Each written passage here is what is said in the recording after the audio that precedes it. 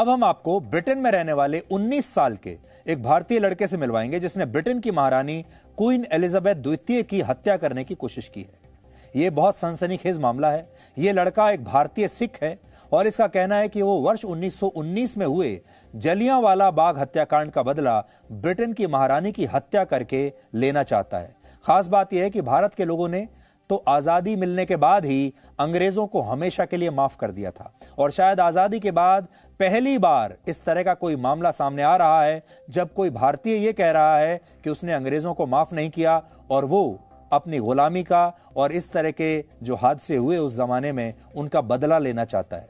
हम यहां ये बिल्कुल नहीं कह रहे हैं कि बदला लेना सही है या इस लड़के ने जो कहा है वो सही है, लेकिन बड़ी बात यह है कि अगर आप देखेंगे अंग्रेजों ने हमारे ऊपर जितने भी अत्याचार किए हैं वो सब हम आजादी के बाद ही भूल चुके हैं।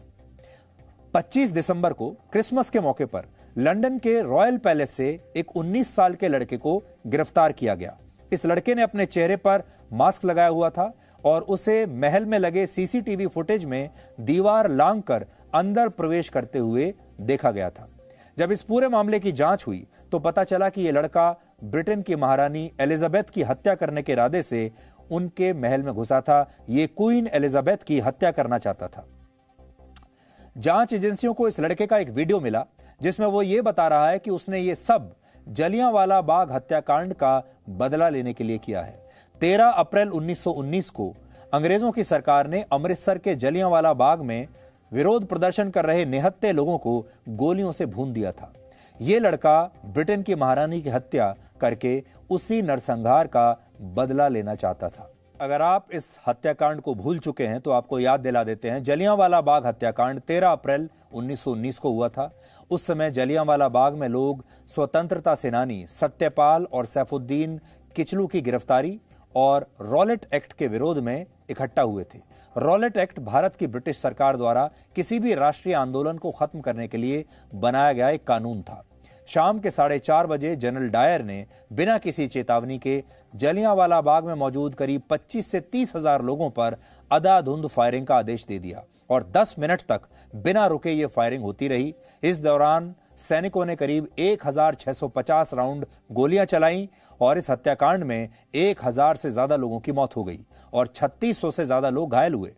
हालांकि ब्रिटिश सरकार ने तब यह कहा था कि इस घटना में 379 लोग मारे गए थे और 1200 से ज्यादा घायल हुए थे। इस नरसंहार के बाद लोगों के मन में जबरदस्त रोष था, गुस्सा था। लेकिन आपको जानकर हैरानी होगी कि उस वक्त कांग्रेस के कुछ नेता और महात्मा गांधी ने खुद यह कहा कि उन्होंने इस हत्याकांड के लिए जनरल डायर को माफ कर दिया है। 25 अगस्त 1920 को एक वर्ष के बाद इस नरसंहार पर महात्मा गांधी ने अपने बयान में कहा कि यह अपराध होगा कि मैं निर्दोष लोगों की हत्या करने वाले जनरल डायर का सहयोग करूं, लेकिन अगर वो बीमार हैं तो उनकी सेवा करना प्रेम का कार्य होगा और हमें उन्हें माफ कर देना चाहिए। महात्मा गांधी ऐसा इसलिए कह रहे थे क्योंकि जलियांवाला बाग हत्याकांड के बाद जनरल डायर गंभीर रूप से बीमार हो गया और वर्ष 1927 में लकवे और दूसरी गंभीर बीमारियों की वजह से उसकी मौत भी हो गई थी।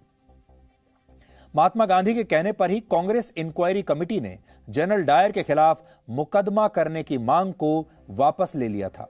खुद महात्मा गांधी ने इसका जिक्र जनरल डायर की मृत्यु के 11 साल बाद 1 नवंबर 1938 को किया था और उन्होंने कहा था कि जनरल डायर के प्रति उनके मन में कोई नफरत नहीं है।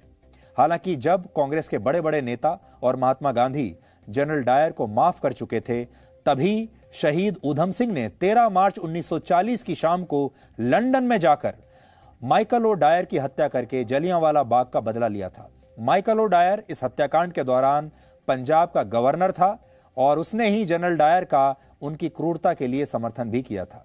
लेकिन सोचने वाली बात यह है कि आज देश शहीद ऊधम सिंह और जलियांवाला बाग हत्याकांड दोनों को ही शायद भूल चुका है और ऐसा इसलिए है क्योंकि हमारे देश ने अंग्रेजों को उसी दिन माफ कर दिया था जब 15 अगस्त 1947 को भारत को आजादी मिली थी।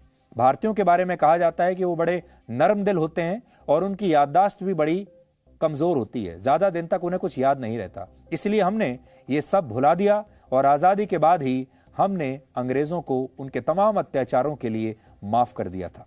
लेकिन क्या ये माफी सही थी? बड़ा सवाल आज ये है।